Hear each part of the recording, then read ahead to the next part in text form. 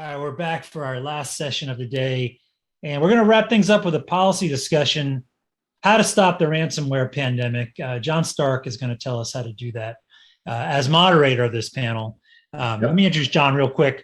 He's the president of John Reed Stark Consulting, but he's been doing incident response work for most of his career, starting with 11 years as founder and chief of the SEC's Office of Internet Enforcement, then 5 years as the DC office head at Strauss Friedberg, and of course, like 20 years as an adjunct professor at Georgetown and Duke Law Schools teaching cyber law. John has written hundreds, and we may even be getting to thousands at this point, John, articles on the subject of cyber and incident response. He is a world-class cyber expert, and he's our moderator today. Welcome, John. Thanks, Bruce. Great to be here. Kellen Dwyer is with us. He's a partner and co-leader of Alston and Bird's National Security and Digital Crimes practice. He previously served in the Justice Department in several cyber and national security roles, and was also an AUSA in the Eastern District of Virginia. While with the DOJ's National Security Division, Kellen led the department's national security and cybersecurity policy on issues such as encryption, cryptocurrency, ransomware, and a lot more. Joining us today from DC. Welcome, Kellen. Thanks, Bruce. Glad to be here. Eben Kaplan is with us. He's a director at CrowdStrike. He has over a decade of experience analyzing and advising on security policy and strategy. His role at CrowdStrike focuses on helping organizations develop proactive strategies for defending themselves against potential attacks before they experience a security incident. Eben's joining us from DC as well. Welcome, Eben. Thank you, Bruce. Welcome back to the Ransomware Forum, Ed McNicholas, a partner and co-leader of Robson Gray's data privacy and cybersecurity practice. Ed represents clients facing complex data, privacy, and cybersecurity issues in litigation, investigative, and counseling matters. He previously served as an associate counsel to President Clinton. He's lead editor of the PLI treatise, Cybersecurity, A Practical Guide to the Law of Cyber Risk. And Ed's joining us from DC. Welcome, Ed. Good to be here. And finally, breaking the DC hold here, we have Aleksandra Vold joining us from Chicago. She's a partner at BakerHostetler, and her practice is devoted to healthcare privacy and data security, breach response, regulatory defense, and HIPAA compliance. Aleksandra also brings a unique perspective in that she previously worked as a plaintiff's attorney who focused largely on consumer data. God, my voice is dying now. Last one. Consumer data privacy class actions. Great to have you with us. Welcome, Aleksandra. Thank you so much. All right, John, let me turn it over to you. Thanks, Bruce. Hey, Bruce, fantastic job today. We're happy to be here. Great job. Great job. Wrapping up, thank you, everyone, for sticking around for this panel. So we decided to do this panel really because last year at the Incident Response Forum Ransomware, the very first panel, I was moderating it. Ed McNicholas was on there. Ted Kobus was on there, a colleague of Alex's. And they started arguing about whether insurance payments should be banned as a way of solving the problem of ransomware. And I thought it'd be great, to just hear to really just focus on this kind of policy discussion from people on the front lines. And this is an incredible panel along those lines, in the sense that everyone here works every day on these problems, on dealing with ransomware. So we thought we'd ask these people, not policymakers, not people from the Hill, no one like that, just people who are on the front lines. What do we do about this? So I hope you all will put some questions in. I know you're tired. If you've been watching all day, I've been watching all day. I'm pretty tired too. I've got COVID, but I'm on day 6. I don't have any taste and smell, but I can taste cotton candy grapes. So if any of you out there are on the similar quarantine to me and you can't taste anything, my wife brought me some cotton candy grapes and I can taste them. So I'm feeling pretty good. I'm down to wedding weight, which is pretty good. So there are some positives in this thing. Other than that, my voice starts going. It's just because I'm trying to keep these lozenges going. But otherwise, I couldn't be happier to be and more honored to be on this panel with these people, because they're really people, like I said, in the trenches who've got solutions. So I hope you'll ask questions. Keep an eye on those. I'm going to keep an eye on the chat if somebody puts a question in there. I'd much rather have the questions come from you, because that's why we're here. We're here to give you the kind of discussion that you want. So please feel free to ask any questions. First question is a real simple one from me. All right, we've spent all day on this problem of ransomware. It's not going away. It's getting worse. It's getting exponentially worse. There's ransomware 1.0, 2.0. We also talked about 3.0 a little bit this morning. I'm going to start with Ed. Okay, Ed, what do we do about this?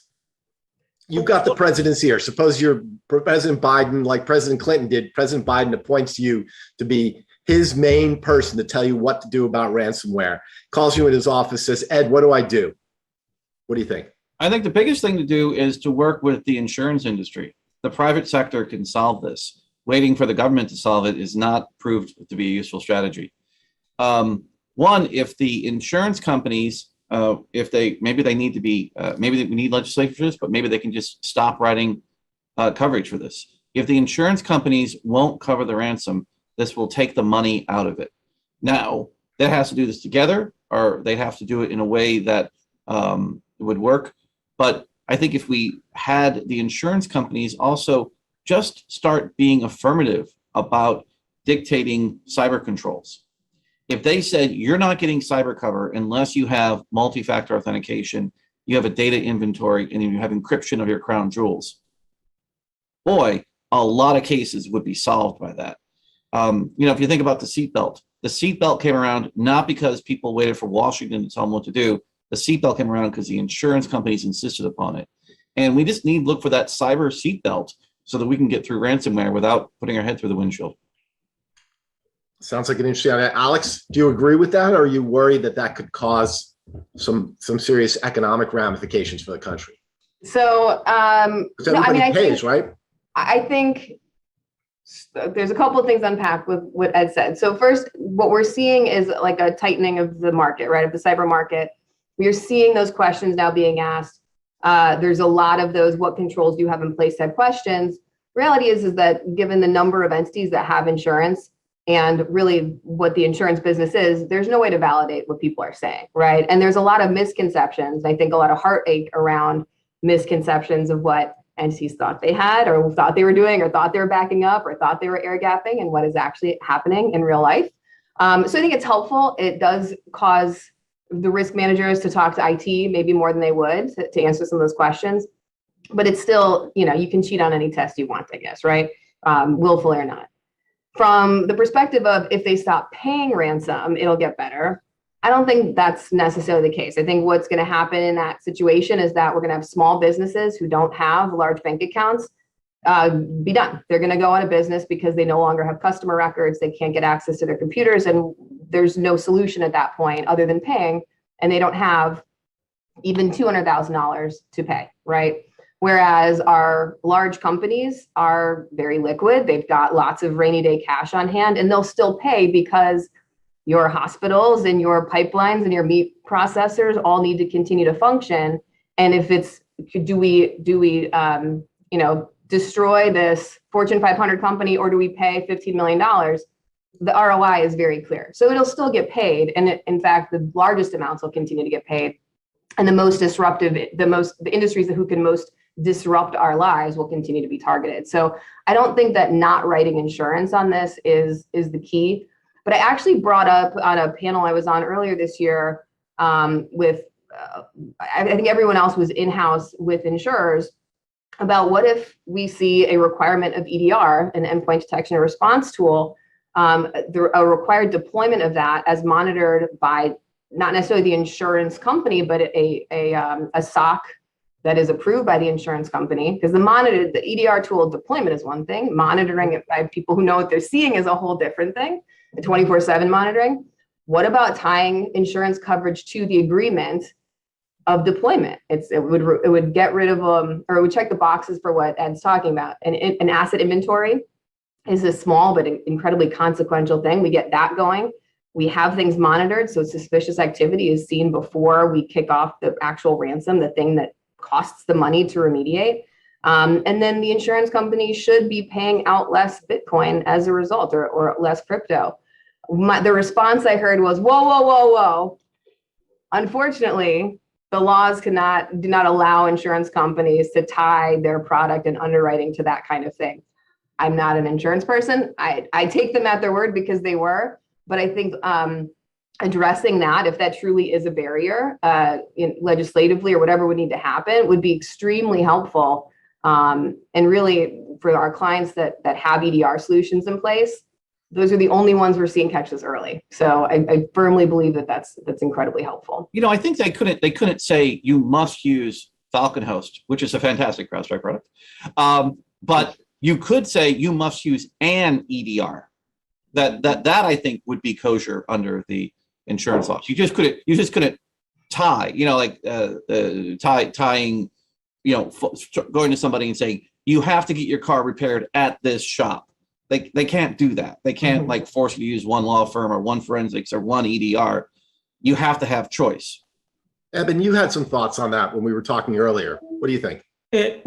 Well, I think this is a really complex problem, and it's going to defy simple solutions, right? So just relying on a modification to what insurers can underwrite, or even a simple defensive measure, even if it's a phenomenal one, is not going to be a silver bullet. I think as with all good security, there's sort of a defense in depth layered approach that you have to take.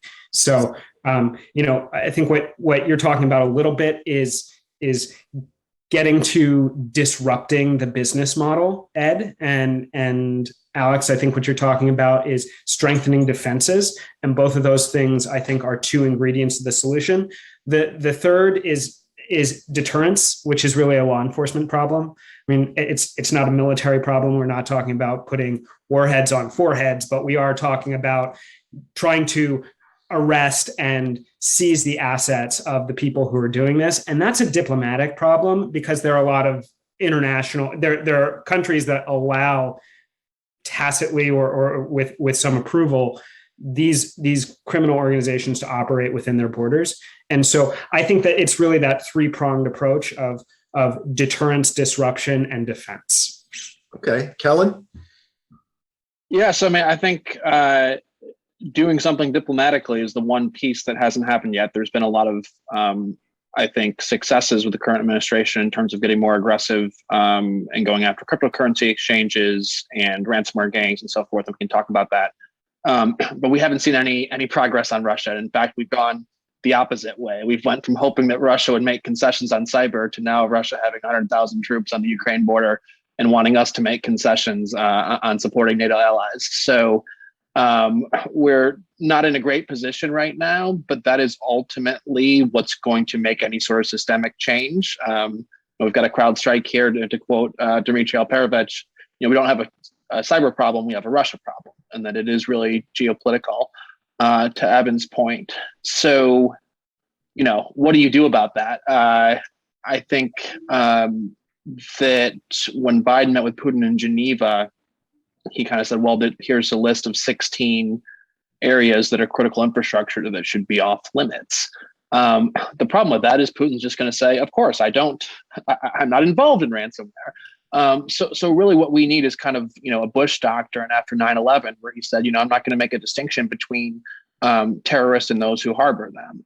And we should have a policy where we lay out with as much evidence as we can do publicly, and there is some public evidence we can put out, that we know that Russia is at least tacitly permitting these groups to operate from there, and say that we're not going to make a distinction. So if there is an attack, particularly on critical infrastructure from a Russian source, even if it's a non-state source, we're going to impose pain. And that's either going to be through economic sanctions or through offensive cyber. And I think there has been some success, some progress in the last few years of kind of taking some of the restraints off of DoD to allow them to engage in offensive action. And they've gotten better at doing that. And that's something that we could do more and try to tie that to certain things that are red lines for us. Yeah, I've got a question here. The first question, thanks for this. And I think I'll turn to Ed to answer this one. In November, we saw cooperation between the EU and the US to take down the Conti Group network. Why aren't we seeing more of these types of operations, basically going on the offensive against these gangs to knock them offline? Or is this overly simplistic? Ed, what do you think? No, I think there are these sorts of operations. We need to get more offense on the field, and we also need to kind of broaden the team a little bit. We need to have people reach out to the private sector and have the government and private sector work together. I've talked in other contexts about having a civilian cyber corps where you had people who were cleared and connected into government and were working alongside. FSISAC does something fairly close to that already for financial services, but we need to broaden that cooperation so that when they have these offensive operations, they can be more effective. I think we need to integrate the force a little bit more. Alex, you agree with that? Yeah, absolutely. I think some of these groups too that they're reaching out to are a little self-limiting in the sense of their involvement in cyber attacks. So each of us plays a role, right? And everybody I'm sure that's talked today has an interesting perspective, but somewhat myopic because they are only involved in a particular area of the incident response. And so, that includes talking to, corporate victims too, even though they've kind of lived it, they don't have a wealth of experience like Ed and Kellen and I do, where we see things from start to finish. And finish is not restoration. Finish is not payment. It is 3 years later, how does this continue to impact? And what are the kind of continued ramifications? Because I think the public viewing of, the spectator sport that is ransomware is systems down, did you pay, when are you restoring? There's so much more to this, and it's so much more impactful that I think involving all of the players, in the incident response cycle is, including the regulatory response and the class action response cycle, is so important to kind of re-educate on the price of bread, so to speak, right? And making sure that really the people in power have a true understanding of the impacts of the various nuances of these things, because there's a lot more that we can share that we're not being asked to share yet. So I totally agree with that. That's interesting. And Eben, this is a good question for you. You're going to like this question. You ready? Isn't the concept of EDR requirement kind of like the black box that State Farm Insurance puts in insured vehicles to track driver behavior in exchange for reduced rates? Will an insurer someday co-brand with CrowdStrike, for example, to sell that? I think you're on mute. I'm sorry about that. An EDR can function as sort of a black box. It's more of a real time than a rear view window. But to the however long you retain that data, that certainly gives you some recording. There are insurers that have worked with CrowdStrike to basically get some sort of information from the CrowdStrike sensor, and in exchange give their customers premium reductions. So there is, I believe it's AIG has set up something like that already. It's not a bundled situation, and I think it's really important to understand that a great EDR tool with terrible cyber hygiene is still fighting with one hand tied behind your back. And so, but using information that tools like that can provide can help you identify the other improvements that need to happen. Ed made a seatbelt analogy at the beginning about insurers being able to identify seatbelts as a real difference maker in car crashes. And insurers also made a real big difference in building codes with fire safety for the same reason. But the thing is that thermodynamics and physics have static laws, and cyberspace is dynamic. And so trying to identify a single measure that's going to make a difference universally is a losing proposition. But information that you can make more informed decisions about, that is always valuable. Well, that is. Go ahead, Ed. Go ahead. I was just going to respond back. It's the finding out all that data is so significant, because the thermodynamics is like a building. Like the ceiling and the roof and the walls, they're all rated because of all this data. And that's one of the biggest things, is getting the data to the insurance companies so they can run the regression analyses. Right now, someone says, I've got $10,000. Do I spend it on EDR? Do I spend it on multi-factor? Or do I just do a really elaborate training program. Where's the most bang for my buck? And it's going to not there. And it's going to be different for each organization. I mean, that's what I do when I'm working with organizations, is help them identify, based on your organization and your other defenses, what are the things that are going to make the biggest difference in the shortest period of time. There's no uniform answer. You need a framework to work within to understand kind of what the best risk reduction measures are. This is kind of an aside to this, and I'll ask this of Kellen. So if you look at the OFAC guidance that came out in October 2020, and then they put out actually some expanded guidance about a year later, and the OFAC guidance talks about, hey, if you make this ransomware payment and it happens to be to a terrorist, here are the mitigating factors that would maybe allow you to escape liability. They don't call it a safe harbor. They love saying that. It's not a safe harbor.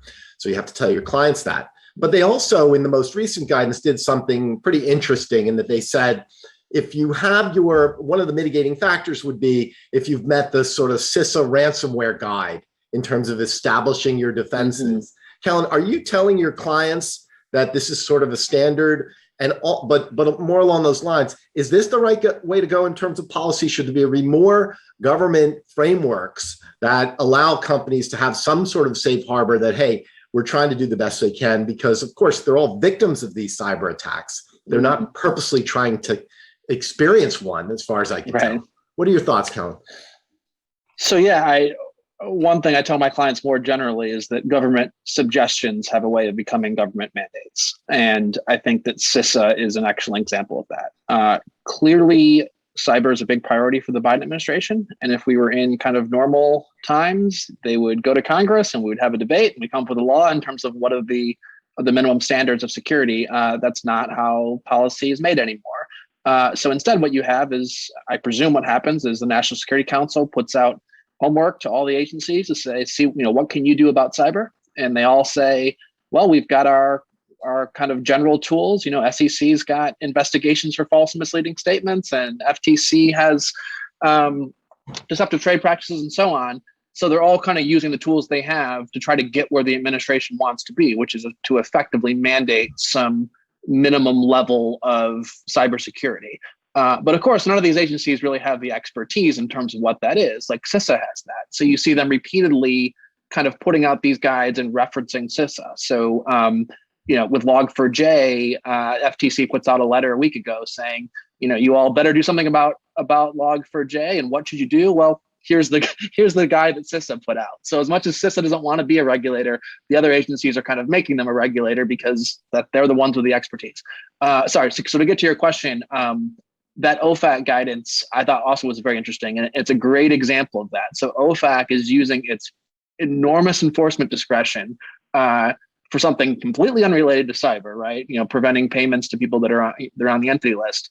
And saying, well, one of the factors we'll look at when we're considering whether to ding you for making a payment, which you might not even have known was to a sanctioned entity. One of the factors we'll look at is the CISA guidance. So yeah, it's another way of effectively requiring companies to do that. So that is absolutely something I tell my clients. That's all. Here's another great question for the entire panel. So just chime in, whoever wants to answer this. What is the panel's view on active cyber defense, whereby in limited and controlled circumstances, private firms receive narrow authority to hack back against threat actors to either cripple their ability to launch attacks? How practical would that be? Will it create an escalation in attacks or diminish it? You've talked a lot about civilian action here. Do you want to go as far as this one of our audience members wants us to go? Who wants to answer that one?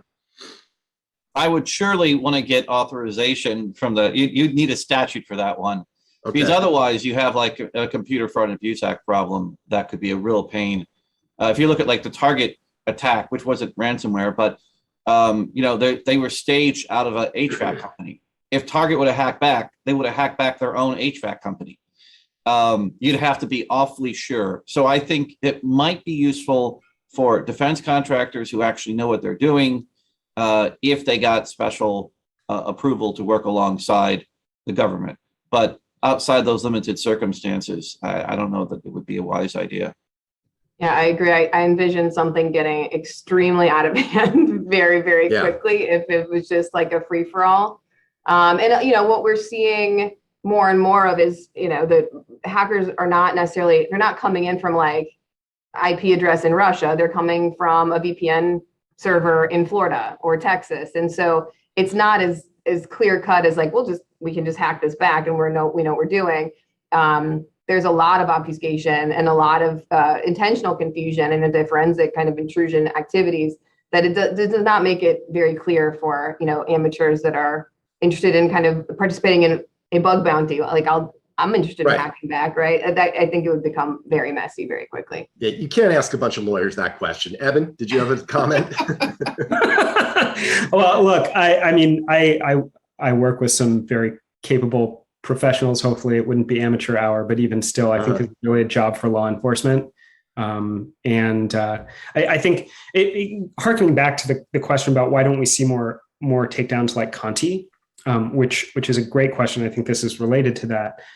Some of it is an information problem, and there is a lot of information in the private sector. We haven't talked a lot about information sharing. Information sharing is sort of this term that gets thrown around in every cybersecurity policy conversation that nobody really knows what it means, and everyone just kind of gets warm fuzzies from. And that's actually in itself a problem. We need to more narrowly define what we mean by information sharing, because there's information sharing to the community, there's information sharing to regulators, and then there's information sharing to law enforcement for the purpose of prosecution and disruption of the bad guys. And it's that last one that we really need to be laser focused on. And if we get that right, then we don't need a bunch of bounty hunters.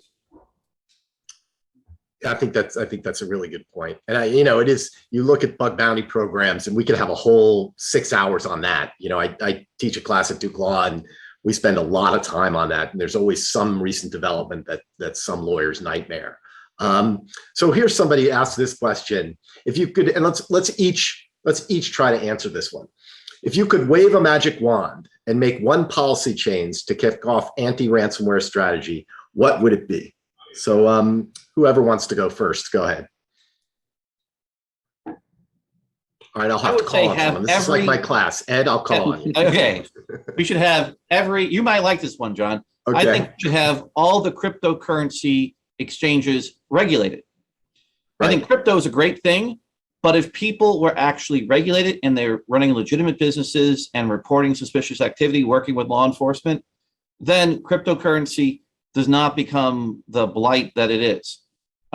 We just need to evolve the cryptocurrency marketplace and realize that regulation of the cryptocurrency marketplace is its future, and it means it becomes legitimate and accepted.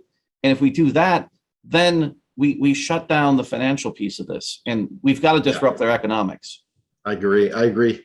Kellen? Yeah. Oh, go ahead, Alex. What's your one magic wand? You don't have to take that. My magic wand would be to go back and remove the hesitation over kind of embracing, accepting, and regulating. Same as what Ed is saying, the cryptocurrency markets. Because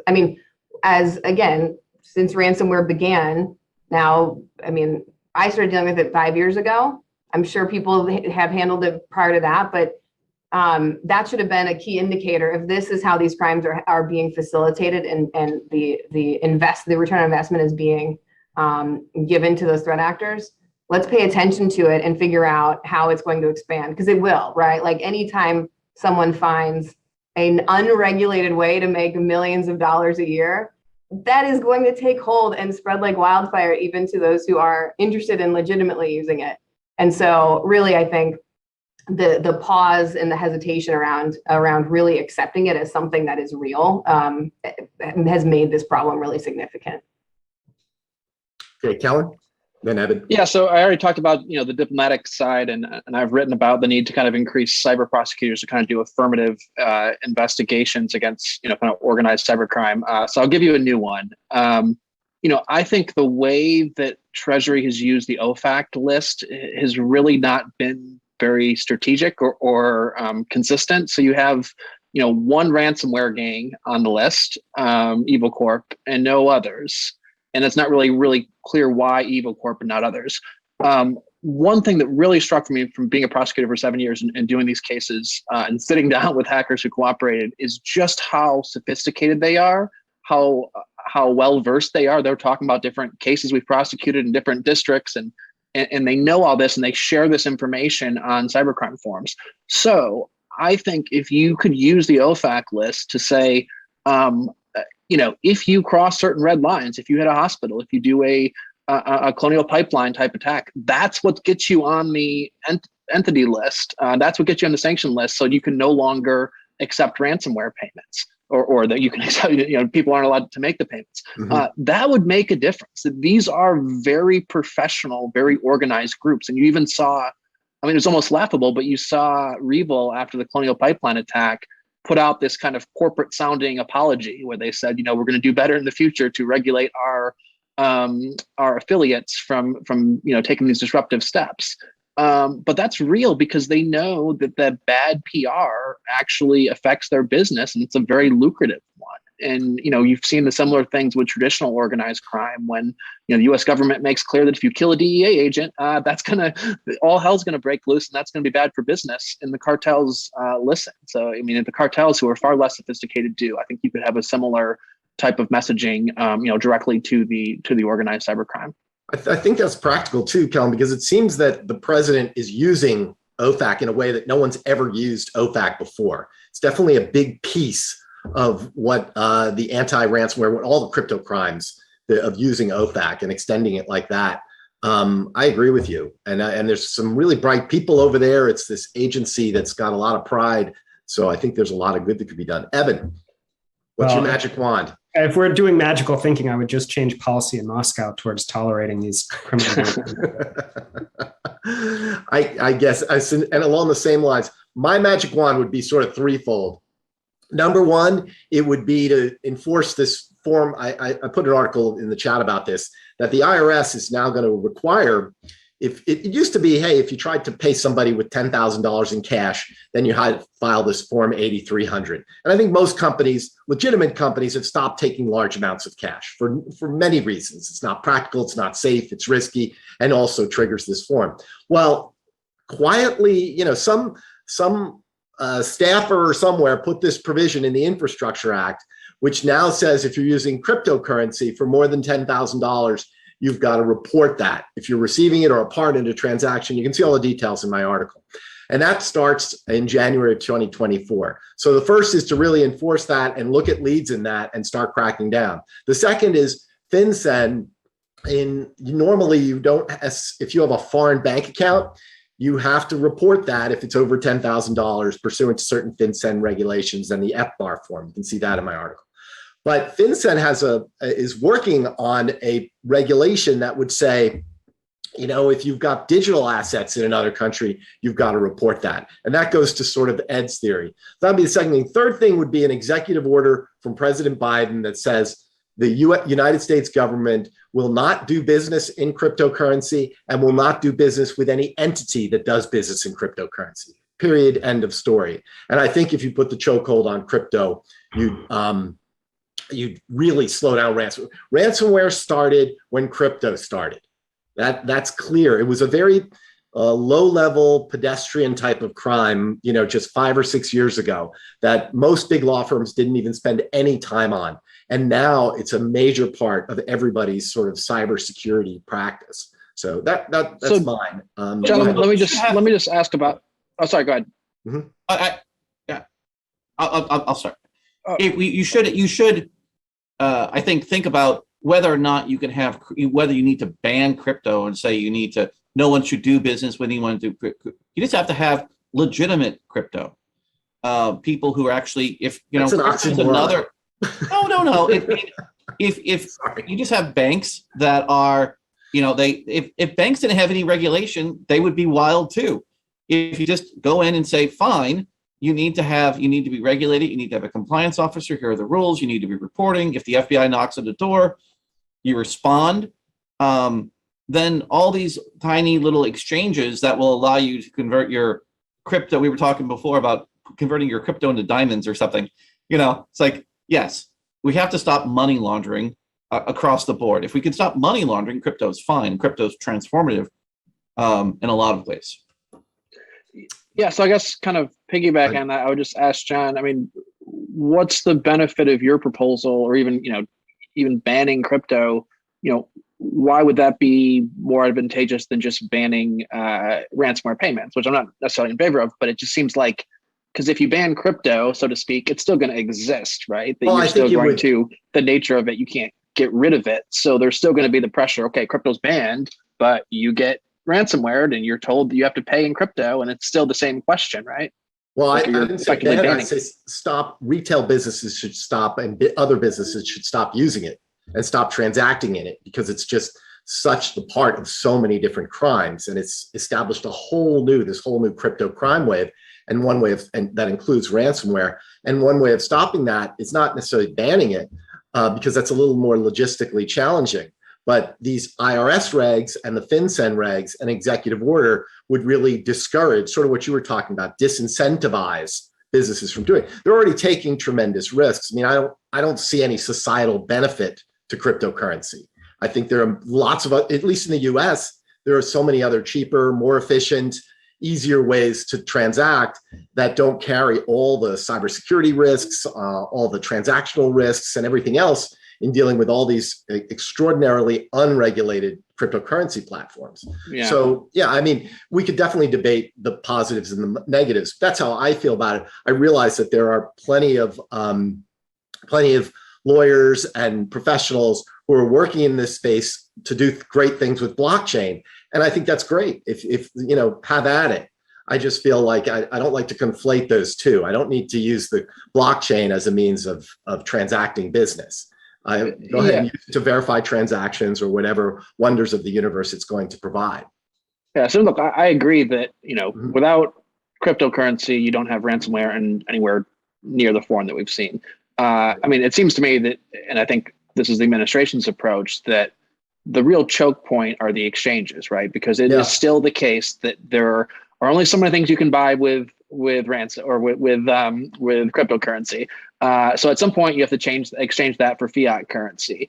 And then once you get to the exchanges, that the whole point of crypto breaks down, because the point of crypto is that there's no third party intermediary, but you need the intermediary, you need the exchange in order to exchange it to fiat currency. So I think what the strategy should be, and what I think it is you know, regulate the legitimate ones, make sure that they have anti-money laundering, and I think also know your customer.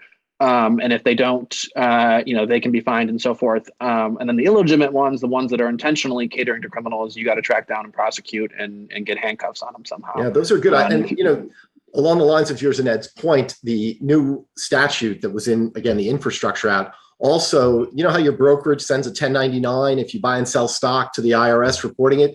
Well, now, after January 1st, 2024, if you are a cryptocurrency trading platform, you've also got to file those 1099s about crypto. So it's really the first time in terms of regulation, Ed, you're getting it for the very first time, at least that I've seen, in a specific statute, not a rule or an interpretation.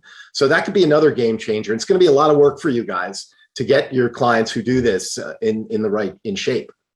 Well, one of the big things about crypto is that it does outside the U.S. I mean, we have the benefit of having, you know, the world's reserve currency, which is tremendously economically beneficial. So many countries don't have something. I mean, we're concerned because inflation's ticked up, you know, 6-7%. Oh my God, the sky is falling. There are countries where inflation is just, you know, north of 100% and just wrecking lives. Crypto is a transformative thing for those economies, and having that available is important. But absolutely all about regulating it. I do remember last year when I was doing my taxes, I told my tax preparer, here are my crypto earnings where I had cashed out some, and they were like, you know, they don't report this, and I'm like, well, I'm reporting it. So, you know.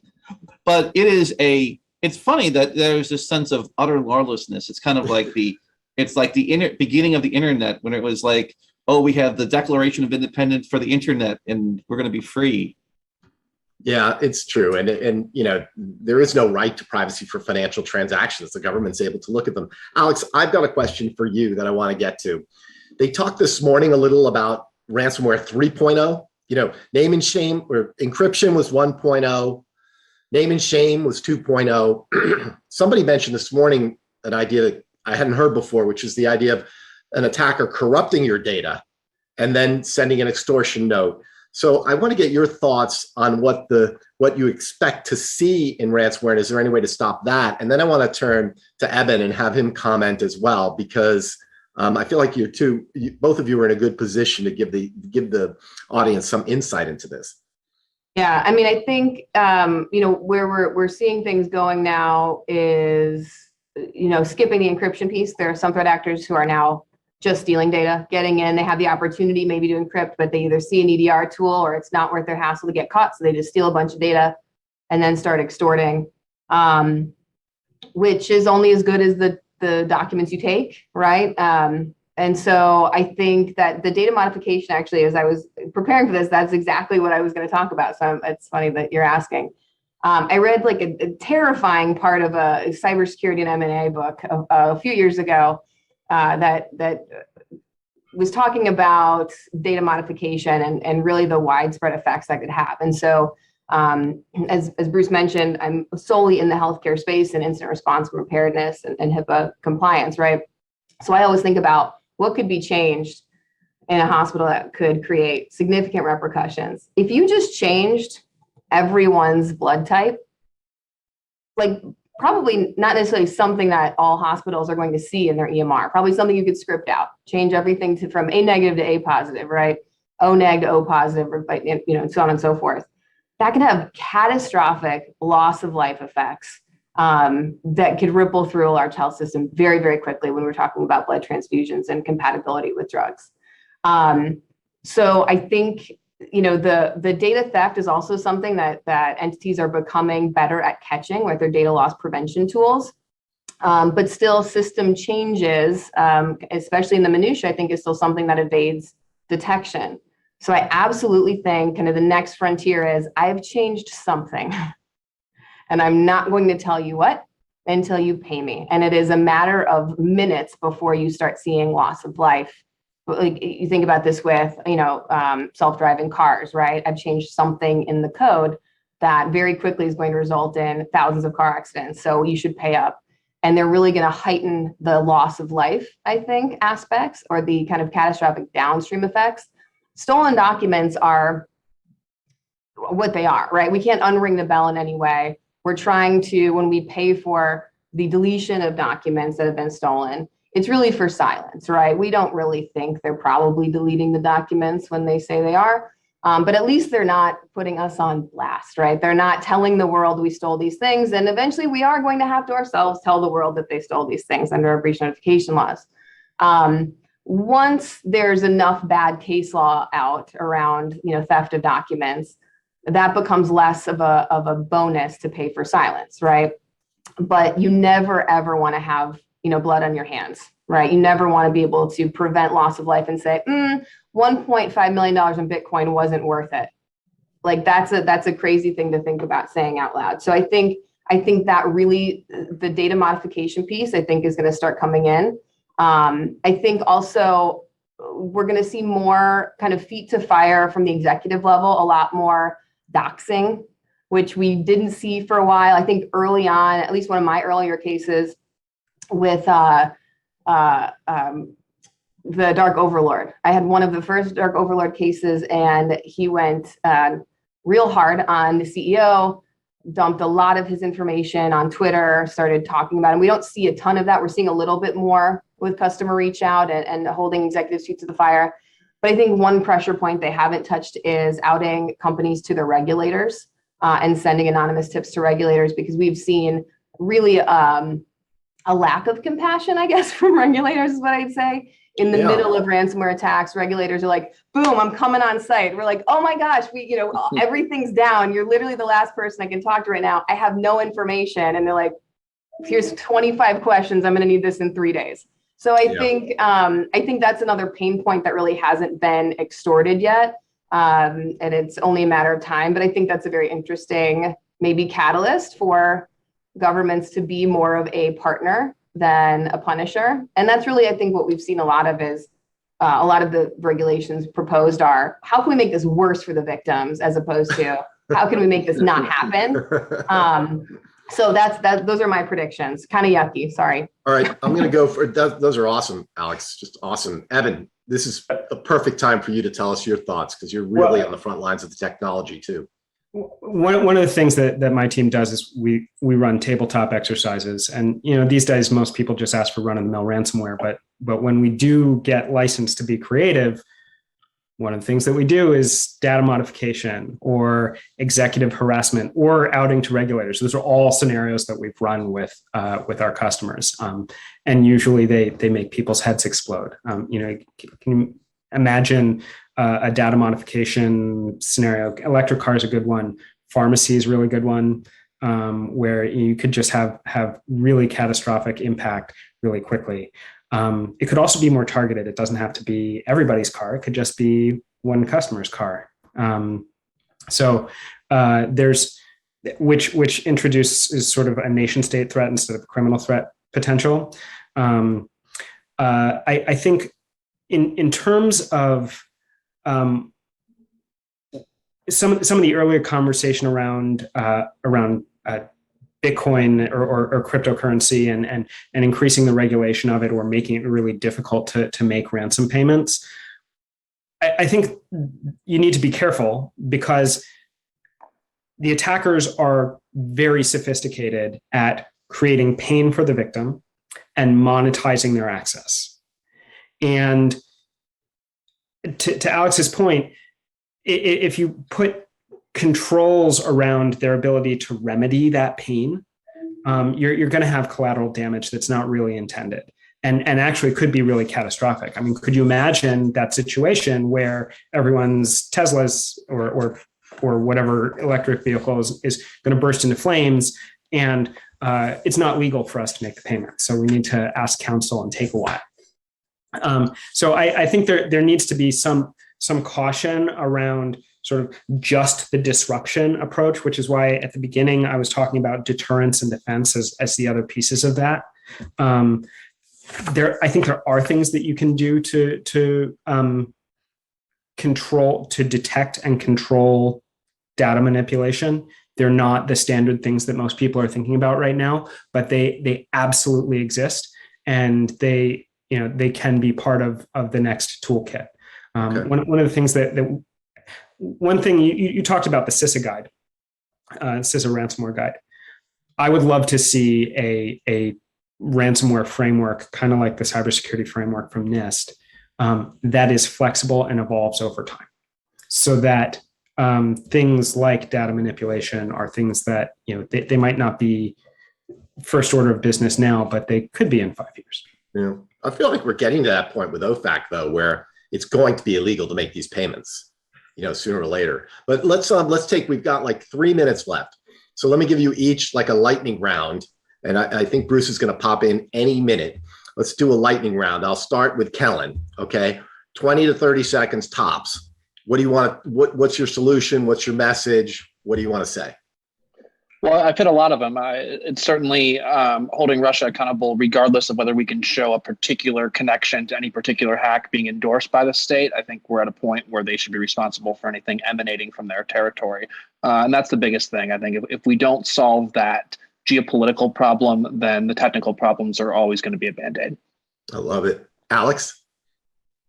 I think incentivizing the prevention and having the government as, like I said, partner, not punisher in that respect, finding some ways to protect victims of ransomware so that they are able to share more and share more publicly and really not be afraid of the class action and regulatory ramifications of saying, this is exactly what happened. And instead make this more of, a culture of sharing and compliance, and that we're all in this together, as opposed to, let me see who got this week. And, like kind of this spectator sport that has become, a national pastime at this point, to see how bad it is, how much did they pay, and how bad are they going to get sued after. So really, it's just a cultural shift with regulators. I think the FBI is doing a great job. They've done an awesome job of creating task force and partnerships. But now the people that are in control of the liability pieces of this really need to get on board and get a good understanding of what's happening.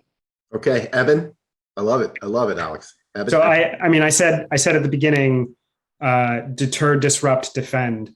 I think each of those has sort of pieces that intertwine.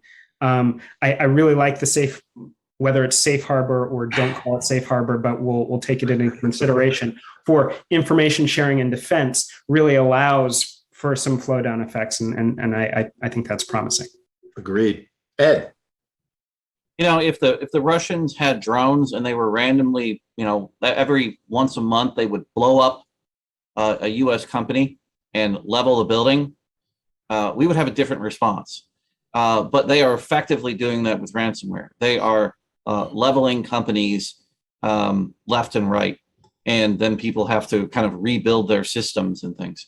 I think that we need to have a whole of, the government's been always very fond of saying we need to have a whole government response. We need to hold the economy response. The government needs to work with the private sector, and Aleksandra's right, actually right, that we have to have the government be on the same side as the victims, and working with the victims who have been hit by these attacks.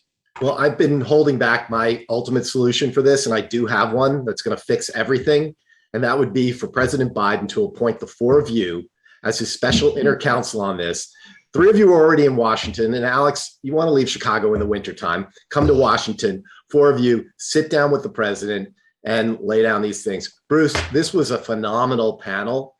Just amazing. I think obviously we could have gone on for a while. I hope people stuck around. I hope people enjoyed it. I tried to get to as many questions as I could, but I really wanted to also make sure we drew out the expertise of each person. So I can't thank you enough for setting this up, for having such a phenomenal day today. Extraordinary information. And Zoom makes it better in a lot of ways, certainly for me, because I've got COVID and I couldn't show up physically, but it also makes it better because we can really sit down in a relaxed way and talk about this. So I want to thank these panelists. I want to thank the audience for sticking around. Bruce, you're the best. Well, thanks, John. Very masterful job moderating this panel. And if you guys will go to DC and make it so I don't get the wrong blood type and I can drive my Tesla with confidence, that would be terrific. But that is our last panel for the day. It was really interesting. Quickly, thanks to everybody at Kroll for being our lead sponsor, and to our friends at CrowdStrike and FTI, John Reed Starr Consulting, and Sar Verbinen, thank you. And of course, to our lead law firm, Orrick, and the 17 world-class law firms that were represented here today. Thank you so much for participating and supporting. So that is it. That's all we have for today. I hope we'll see you again soon. Bye.